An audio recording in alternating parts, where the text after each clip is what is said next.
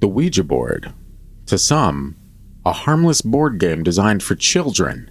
For others, a curious portal that beckons the daring to commune with forces beyond mortal comprehension. Once touched, the planchette becomes a conduit, dancing across the board's cryptic letters in a spectral waltz, connecting our world to the ethereal. But be warned, for the Ouija is not merely a parlor game. It is an invitation to the shadows where malevolent spirits linger, eager to exploit the unsuspecting souls who dare to unravel the secrets that lie beneath. Welcome, should you choose to continue, to the chilling intersection of the mysterious and the malevolent, a place where the Ouija board's cryptic messages reveal more than anyone could ever fathom. We'll see you on the inside.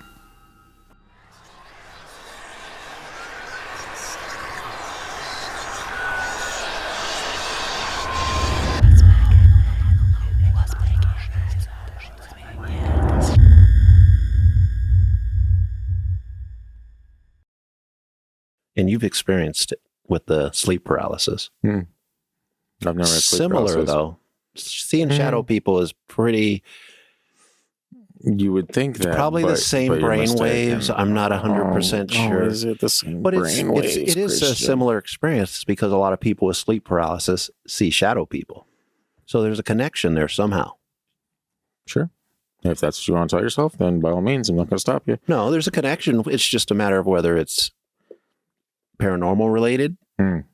Either way, there's a connection. Absolutely. Because they show up a lot. Yeah. Yeah, that's very true, Christian. I mean, you're 100% wrong, but it's fine. There's You a don't connection. think they're related? I Sleep don't- paralysis and you don't think that they're in a similar vein? Maybe not related. That's too close. But I think the fact that people with sleep paralysis see some of these things that are similar makes me wonder if they're in kind of the same I would place. take that in an entirely different direction, but I can see why you would think that. I'm not taking it in any direction. That's fine. Just because I'm skeptical about things in this case, I'm like, there is a connection there. Yeah. I want to know what that connection is. And we'll figure that out at some point in the future. Folks, welcome back to Sleep with the Lights On. We are thrilled to have you on board with us once again here at Freak Nation.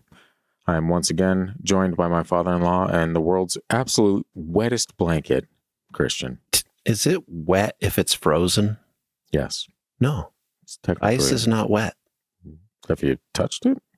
When it melts, it's wet. Anyway. Dry ice is... Okay, we're not going to go into that. It's fine. Regardless of... Tell your us what beliefs you think. on the wetness of ice. We're going to go with the story now, right? No, just welcoming folks in first. Shit. It's like, hey, what's up? How you guys doing? Welcome back. Hit that subscribe button, the like. You guys know how to do it. You guys have been on YouTube before, right? Hey, They're going to walk you through it. put the chips down. Or turn on the subtitles so you can at least understand what we're saying while you're eating the chips. And that's the biggest thing, honestly. Smart. And if you're watching this while you're driving a car, you are doing it wrong. But that's fine. I read lyrics to music when I'm driving sometimes. Is that wrong?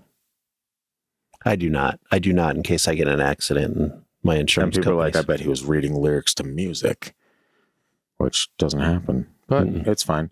Honestly, as I mentioned, we're touching Ouija boards this week. I like to touch Ouija boards. He does. I do not. We're touching on Ouija boards. Should have added an extra word in there, but I didn't, and it's fine. Honestly, not going to take it back. At this point, Do you ever just touch the P on a Ouija board? wow. The PP? Don't. The D? Wow. Sorry. So we've established that the wet blanket is also a pervert, but now that that's out of the way, It's just a choice, man. it's just a choice for me to be a pervert, I swear. Anyway, this first Ouija board story is called Roger's Mom is Pissed. And it's by Leon Crotchman, speaking of perverts, which I hope is a funny haha name and not this guy's actual last name. I was not expecting that second name. Mr. Crotchman. Anyway, Sounds like oh no, that's Mr. Crowley. It's a song by Guns N' Roses. it's also a demon in Supernatural. Anyway, little backstory. My buddy Roger had a basement. At the foot of the basement stairs was a door. This door closed off the basement/pool and darts room from the rest of the house. The only problem is after so many years, the door swelled up and would no longer close. Trying to close the door was a task. It had swelled so much that the flooring had been gouged out from the door scraping so hard. Someone needs a handyman. Well, we have a crotchman. So that's different weird. things. It's a different kind of handy. Wow. Great. Now for the story. Roger, myself, and 2 other friends are playing around with the board in the dark. After about 15 minutes of goofing off, Roger's mother calls him up for dinner. He doesn't go. More shenanigans ensue. Oh, don't tell just in time. For maybe 5 to 10 more minutes, Roger's mother gets heated. We can now hear her stomping across the house above us. She gets to the stairwell and screams, "Roger, get your ass up here for dinner right now!" That was a very accurate rendition. I know. Roger responds, okay, give me 2 more minutes. Mother responds, "Don't just stand there at the foot of the stairs. Get up here." Now, here's the problem. We are roughly 15 to 20 feet away from the door. There's no way that she can see Roger. Roger exclaims, "We are sitting at the bar," and the moment the word bar leaves Roger's mouth, the door that nobody could close slams shut with a purpose. The 4 of us immediately went from joking around to screaming and panic as we couldn't open the door. Roger's dad jumped in from the basement window well and had to kick the door through to open it. I never went back to Roger's house. Wow. Short but sweet. Ooh. So the demon, or the entity, was trying to, like, the boys are playing. Leave the boys alone, Mom. And slam the door in her face. Yeah. Hey, get out of here, Mom. Creepy. It took me actually reading that 2 times to understand what was being said about that. Because at first I was like, wait, was the mom not real? And then I was like, oh, wait, go back. They weren't by the door. She was saying something to the person standing at the stairs, bottom of the stairs, and that's where the door slammed. And I was like, hey, Scott, you pieced it together like a genius. That doesn't happen very often. But that's a kind of a terrifying story. I wouldn't go with terrifying. You don't think that's terrifying? You don't think a door that doesn't close and a mom that's angry at her son Roger, looking down and thinking Roger's at the foot of the stairs and yelling at him, and Roger's not at the foot of the stairs, and then the ghost is like, hey, you know what, lady? I don't have to take this, and slams the door. You don't think that's scary? What if the ghost was like, this is not how you treat your children? How dare you, Roger's mom? These are God's blessing to your family. That's what it was saying, yeah. So I will slam the door in your face, angry mom. Yeah. What would you do in a situation like that, though? You have a door that does not close. The minute it closed like that, I would have screamed just like they did. And I would have come out and be like, what the hell did that? It obviously wasn't a ghost because they're not real. But you'd be like, well, thank God that wasn't a demon or a ghost. But did you see me scream? And did you see me? I almost peed my pants. That's kind of how I did. Yeah, just a little. Yeah. Just a little damp. That happens with age. But I don't know. It's a little too wild for me, man. I don't know how people can experience stuff like this and then continue. I mean, obviously, he never went back to Roger's house. But then, like, just continue on like nothing happened. I would never be able to go down to the basement again. I'd be like, is that thing here? If I say the wrong thing, is he going to slam the door? I think that's just the human condition. You just persevere until you can't persevere anymore. Sounds like a piece of Target wall art, but I mean, it might be. But nevertheless, he persevered, and then he persevered some more. There's plenty of people that persevere with things that are much worse than a haunting via door slamming. That is true. I have persevered through many a year of this podcast. I have persevered through many of the years of my hockey team not winning the Stanley Cup. I've only cried once. No, I'm just lying. I just made that up. Don't believe that. But cried a lot more than that. Yeah, totally. Yeah. Haven't you? Yes. What do you guys think? That's why you're here. We're not, well, you think you're like gurus? We're your Sherpas up the mountain of disbelief or whatever? I would never be a Sherpa. Well, there you have it. Christian is not your Sherpa. Yeah.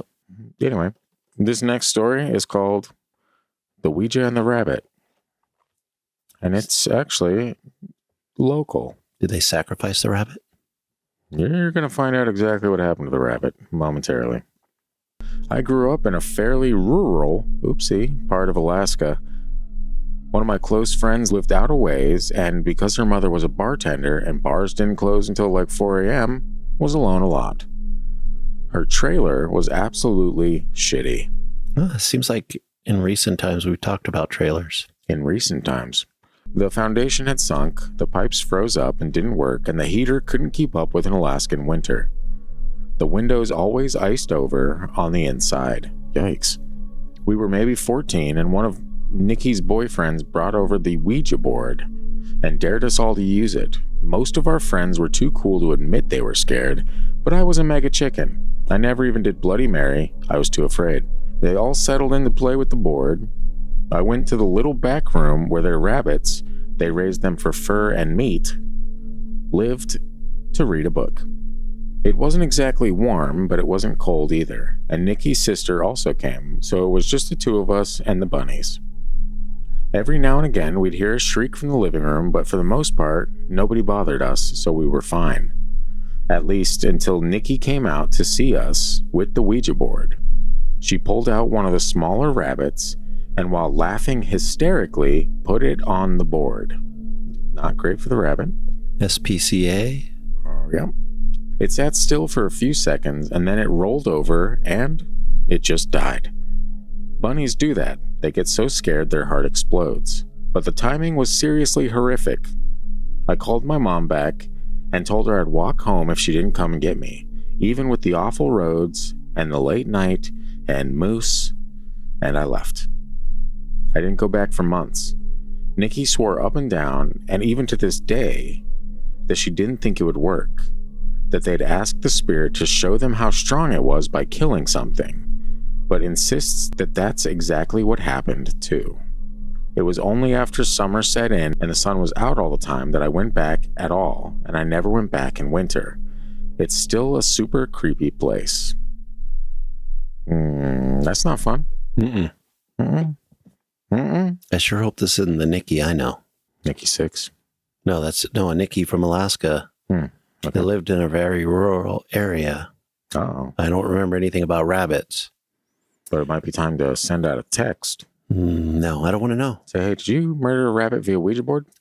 You did. Nice. The storyteller tells us that rabbits just die like that, but not typically rabbits that are raised around people. Yeah, and not rabbits that you just place down on a board. You know what I mean? And I've hunted rabbits when I was a kid, and the ones that you come up on that were alive, they didn't just have a heart attack and die. None of them. So, I don't know, man. It's a really interesting story. I am... Fucking demons are real. What if they're real, Christian? I don't think they are. No. That'd be weird. We just switch places. That'd be funny. Freaky Friday, but Freaky Deaky. Coming soon. I hope not. But what a sad existence. No, that's fine. That's fine. The thing that gets me, because even when she mentioned that, she was like, yeah, rabbits do that. Sometimes they, and I've, obviously that does happen, right? That is a real thing. I've never experienced it. Yeah, I've never experienced it. I had pet rabbits. Well, there you go. Did you scare the shit out of them? I did not put them on a Ouija board. Well, there's a start. And you did not ask a demon to prove its power by killing No, the worst thing I ever did to that rabbit was stop trying to hump the dachshund. Wow. So they were my stepsister's rabbits. Oh. And you said, excuse me. That is a dog. How dare you? Yeah. You are sinning. Wow. The Lord is watching. The Lord is always watching. The Easter Bunny's going to be pissed at you. Yeah. That'd be weird, man. Yeah. Not the rabbits and the dog humping, but yeah, the rabbit dying rabbit on a Ouija board. Yeah. That was a pretty good story. Yeah. I've never, it's interesting. All the Ouija board stories are similar until that one. I know. Never have I ever seen a rabbit die on a Ouija board in a story that I've read. We do not condone placing live rabbits on Ouija boards. But what can you say? People are going to do what they're going to do sometimes. No, please don't do that. Yeah, we do not condone that in any form. You be better. Leave the rabbits alone. Hey, be better. They don't even taste good. That's not entirely true. But if you're living in a rural area, they might. It brings back memories of the Thanksgiving chicken. Mike in Michigan knows what I'm talking about. He also broke the earth one time. Fellow Leo. I assume you don't mean DiCaprio. No, Mike. Oh. You know what's weird? I had Leonardo DiCaprio's phone number for a little bit. Why? I was dating someone that was under 25? Yeah, probably. Well, actually, at the time, yeah. No, I don't know. Who cares? It's irrelevant. She was an assistant for someone that was a club owner that a lot of celebrities would go through. And so her work phone was riddled with celebrity phone numbers, every A-lister you could think of. And I remember just looking at her, I was like, can I take Leo's number? And she was like, yeah, what are you going to do with it? I was like, literally nothing. But how weird is it to just be like, yeah, I got his phone number. I got him. I got like, I think Whitney Cummings was on there. There's a bunch of like crazy A-listers and shit. I was like, I would have totally talked to Whitney Cummings. yeah. Leonardo DiCaprio, I like his acting, but I don't really want That's to talk where it to him. stops, yeah. But that's beside the point. Isn't that weird? That is pretty weird. Yeah, she lucked out with all kinds of jobs. She was the fucking worst as far as like being stable or like reliable. Every good job you can think of. She was like a social media person at one point, making and like got sent to what's that beach party thing in California. I was like, beach damn, party thing in California? Yeah, was that some big concert that a bunch of hippies and shit Is that go to? like down in like around Anaheim or something?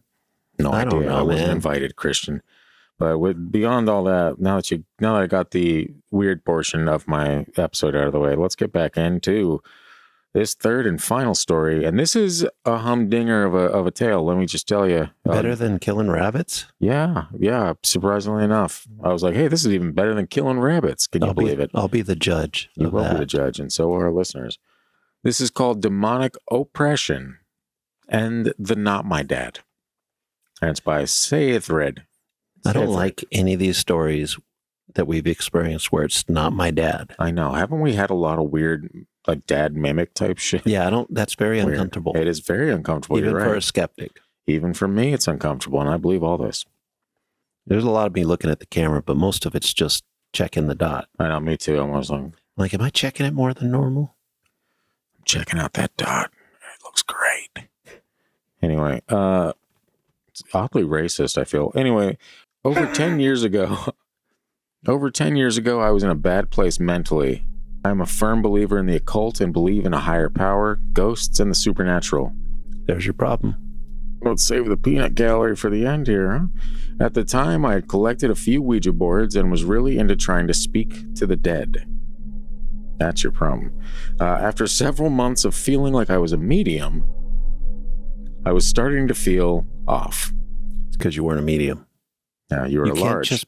You can't just be a medium just because you think you are. That's practice. Wow. Dedication, training. After several months of feeling like I was a medium, I was starting to feel off. I was having horrendous thoughts that were very out of character for me. Thoughts of words that Scott probably shouldn't say because YouTube would demonetize you. You know what kind of thoughts they were because everybody's had them. Yeah, there's an S in here, there's an R in here, there's an M in here, and there's a T in here. Go ahead and figure those 4 words out. Real mediums don't have these thoughts. Sure. Just saying. To name some of the tamer imaginings I was having. It got so bad that my hands were bleeding because I could not stop washing them. The guilt I felt from these thoughts was taking me over, and I thought I was going insane. It was around this point that I knew I needed to have a conversation with my mom about what was happening. So I told her everything, and she told me I needed to see a doctor. I began researching OCD and the effects of it. A week or so after confiding in my mom, I went and saw our family doctor. At 16, I was terrified of the idea of being mentally ill. I nervously told the doctor everything that I had been feeling, and he fills out a prescription for Prozac and recommends I see a shrink. I take the papers he gives me and shrug home. I tell my mom what he said and start to plan my road to recovery. Remind me to come back to the Prozac thing. I will. You and your drugs. Every time. A few days later, while researching some stuff about Ouija boards, trying to take my mind off of things, I come across an article about something called demonic oppression. Uh-oh. He says, holy fuck. This was me. This was the definition of what was happening to me. My symptoms were all on par with what the article was referencing. Basically, it is the idea of not being possessed and having a demon in you, but the idea of one being around you, trying to bring you down as much as possible. It can lead to demonic possession. The number one root cause believed to entice a negative energy to harass you, well, that's playing with Ouija boards. I then began researching how to be rid of this hypothetical oppression. Get rid of your boards and make sure you dispose of them correctly. I began to do so, breaking the board and separating the pieces, making sure the pieces never touch when disposed of, and to separate the planchette as well. I put it all in separate bags and it sat in our garbage for a day or two. Well, garbage day rolls around and I hear the truck outside around the corner making its stops.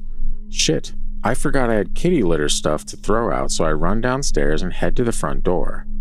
My dad stops me at the bottom of the stairs and proceeds to mock me for having to clean up cat shit. Now, when I first read this, I was laughing hysterically picturing that. I ignore him, not making eye contact as he was annoying me and full on laughing at me at this point. I dart past and throw the shit into our bin to see the Ouija board bags being put into the garbage truck. When I enter the house, it's quiet. I yell to my dad and no one answers. 15 seconds go by and my mom comes in from work. She says hi, and I ask her where Dad went. She tells me he hasn't been home yet from work and that he had to pick something up from the grocery store. I tell her he must have forgot to stop on the way home because I just spoke to him in person like 2 minutes ago. She said that's impossible because she was just talking to him on the phone. I run to a phone and call him. Sure enough, he's still at the A&P, and he was totally confused with what I was talking about. I hang up in complete shock. No one else was home, and it 100% looked and sounded like my dad. I know that was the last hurrah for this thing that so much enjoyed making me feel like the devil's toilet paper. Was it the last hurrah? After the boards were taken away, all my symptoms stopped. Like overnight stopped. I'm scared to think of what I might have seen had I looked my, quote, father in the eyes that day. I think Demon Dad's still there. That was what he was communicating. That's very spooky. But the first time I read this story, I swear I started laughing when he was like, I had to clean up cat shit or whatever. And my dad was sitting there yelling or laughing at me because I had to clean up cat shit. And I was like, wow, what like grade A Father of the Year material. He's just like, ha ha ha, you got to clean up the dookie, man. I was like, did he leave the step part of the father out? I know, yeah. Oops, he dropped that. But yeah. And then I was like, oh, it was a demon. Oopsie. Can I point out one thing here? Yes.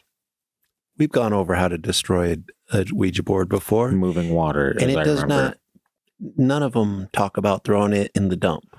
It doesn't say that, but the part that was worth mentioning was the breaking it and then separating it and making sure the pieces don't touch. That I have heard that before. I don't know exactly where I heard that, but I know I have heard that before. I mean, theoretically, if it's going in the landfill, it might touch again. If it's going in the same truck, it might. The pieces just crawling over garbage. Like, well, yeah, we will come together. If it can produce a fake dad, it can produce a means of putting it back together and terrorizing other people. Perhaps. I mean, I'm speaking like this is a real thing. I know, when it's definitely not. This is all made up and fake, and everyone just talks about these things and imagines everything, right? Your words, not mine. But I don't know, man. It feels like he screwed up and that this fake dad is still there. No, because the way he describes being made fun of for the cat thing, that's not like some demonic thing like, oh, I'm about to leave this house forever because he outwitted me. The tone was like, you know, classic dad. Yeah, like bad dad. Bad dad. Like an abusive type dad. Can't you just have a joking dad that makes fun of you for random shit? Or is that not a thing? Is that not a thing with children? It didn't seem like it was in this case. Yeah. So. You did want me to take you back to Prozac, and I know I'm probably going to regret that. No, I don't. But let's take you back to Prozac. Just a really quick comment on the family doctor. You should see a psychologist, but here's a prescription with Prozac, which is very dangerous to give to teenagers without proper supervision and the happy oversight. Drug, right? I mean, people call it that, but it has a different effect on teenagers than it does on adults. So you really have to pay attention because the type of thoughts this person was having tends to show up even in adults the first few weeks you're taking it. Yeah. So you have to be aware of that. And it sounds like the family doctor didn't really give a shit. He just gave him an easy prescription. Here, pay my bills. Yeah, take this. Maybe see a psychiatrist. Maybe not.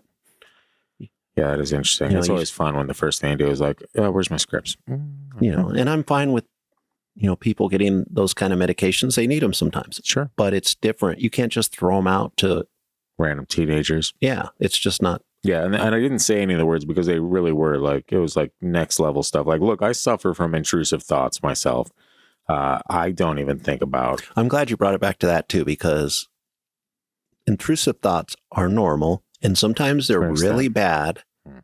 Do not beat yourself up over them. To an extent, but I like the correlation because as someone that has suffered from these, and there's a really weird like kind of disconnect between the person that has them and the thoughts themselves, because you're like, this isn't me. Like, I don't usually think this way. This isn't what I am.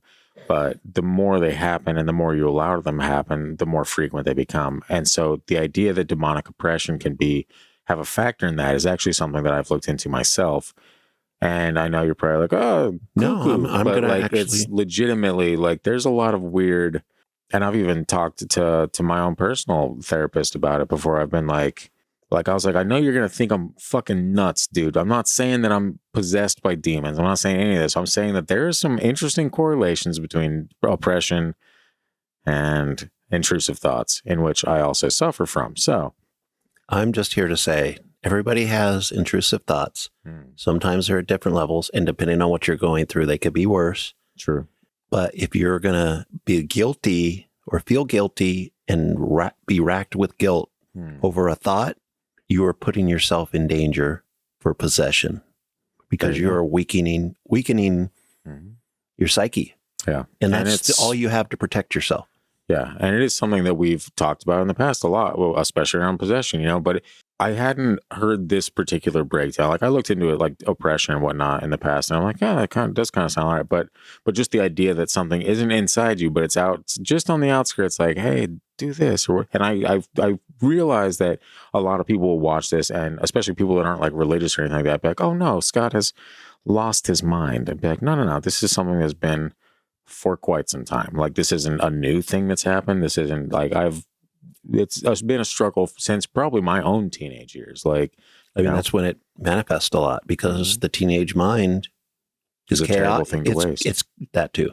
Oh, it's very chaotic. Yeah.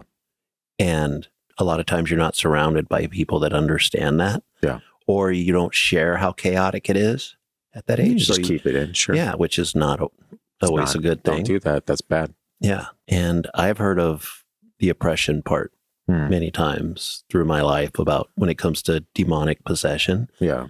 And that's how they soften you up, according to the stories and the lore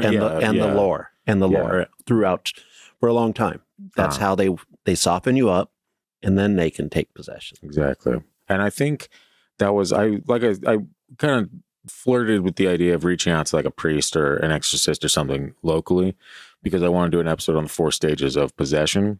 And then part of me was like, should I do like a whole episode on like actual oppression and like what the ideology behind it? But then I was like, I don't know if people want to hear demonic oppression. Yeah. Not the other stuff. Not the other oppression. You guys know the ones that don't exist. We only deal with demons and all that stuff here. And stuff that make YouTube commenters haters. But yeah. So I was like, would that be too much if I was like side by side, like what the internet or whatever we can find about oppression, demonic oppression says, versus me as almost like a test subject, and be like, this is my personal experience with this is blah, blah, and see if like anything correlates. And I was like, I don't know if that is what our audience is ready for quite yet. So maybe I'll just sneak little bits of that into the 4 stages of demonic possession, because I feel like that would be more correlated with that. And I don't know if people would want to hear me for an entire hour or so, be like, so anyway, and then I was 20 years old and blah, blah, blah, I think you put together the part on the demonic oppression, and then because of how you've experienced those feelings and thoughts, you just can put your stuff in there.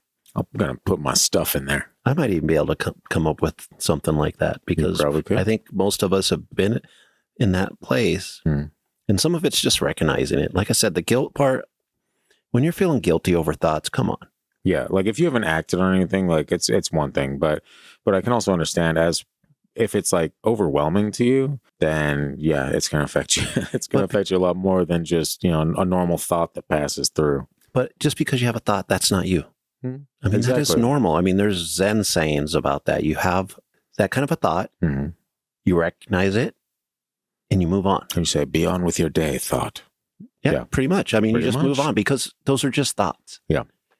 Sometimes you might need to look a little deeper if it keeps coming up. Sure, why not? Go to therapy or talk to your mom or somebody, but don't beat yourself up over it. Everybody has those thoughts. They don't Yeah. always realize it, or they act like they don't. I live a pretty positive life. Things don't get me down. But we've all had those thoughts. They're not you. They're not you. You are not your thoughts. It's actually, remember that. yeah, it's part of your brain testing out who you are. Like, I'm so glad you brought back the brain. I was hoping you would. I mean, that's just part of the way your mind works is you're like, you present yourself with this scenario or you're frustrated and it comes out and then you deal with it. You know, some people act on it. Sure. And they go to jail, hopefully. Yeah. Most people are perfectly fine and it's perfectly normal. Like, I could strangle that person, but I'm not going to. It's fine. It's going to be all right. Yeah. So anyway, with all that weird, boring shit aside that I'm sure people probably tuned out on, what was your favorite story? I liked the last one. The last one was good? Just because of we had an interesting conversation after. It led to a lot of different things. Yeah. And just... The subject alone is rich. It's a very vibrant tapestry. I don't know if rich would be the word I'd use, but I do have fun talking about Ouija boards. Mm-hmm. It's same thing with demons. That's exactly hand in hand. I love talking about them. Maybe it's easier for me because they don't scare me that much yet. But I have actually recently thought maybe I should get a Ouija board. What a great idea. Wow. Just so I could show up on an episode and be like, they got me. Yeah. Oopsie. There's another guy in the studio with us today. I don't know if it's a guy, but it's a demon. He's got horns. I haven't seen his parts yet, so I can't say for sure. But... Yeah. He's got antlers. Wow. We've heard about those antler men before. Wow. Stag. Anyway. Harry Potter's dad. Yeah. Of course, that's where everyone went. That concludes the episode, man. The last story was my favorite as well. That was a doozy. And doozies are what we're best known for on this show, friends. So if you want to hear your story told by a couple of weirdos in a converted garage, send it into the gang at thefreakydeaky.com. And you can put in the subject line something like Sleep with the Lights On, or if you want it on a listener story episode, we can do that as well. New episodes of the podcast drop every single Thursday, wherever your spooky ghost podcasts seem to show up. And fresh episodes of Sleep with the Lights On are every other Friday. So would you look at that? Do you think our podcast can reach the ethereal realm? I think it already has. I would think so. And as is tradition, we will continue that. Unfortunately, I do need to mention that there will not be a bonus story tomorrow. I apologize for that in advance. I know people are like, well, where's the bonus story, Scott? And so soon after there also wasn't a bonus story several weeks back. We just got a lot of irons in the fire right now, so we're kind of doing a lot of stuff. I got a lot of family in town, so I don't have as much free time to create. You know what I mean? You can be Scott the Creator. Wow. Oh, wait. Worst white rapper name of all time. With that, we bid you adieu.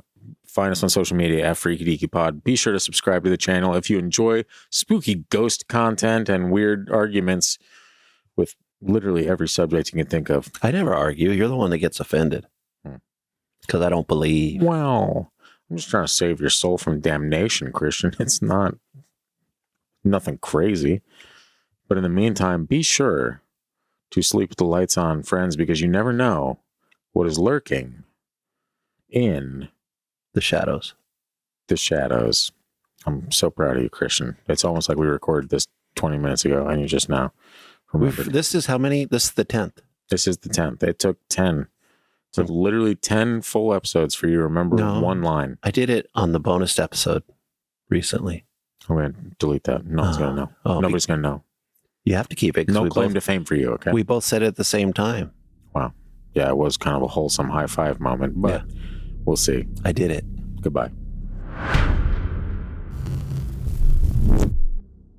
Be scared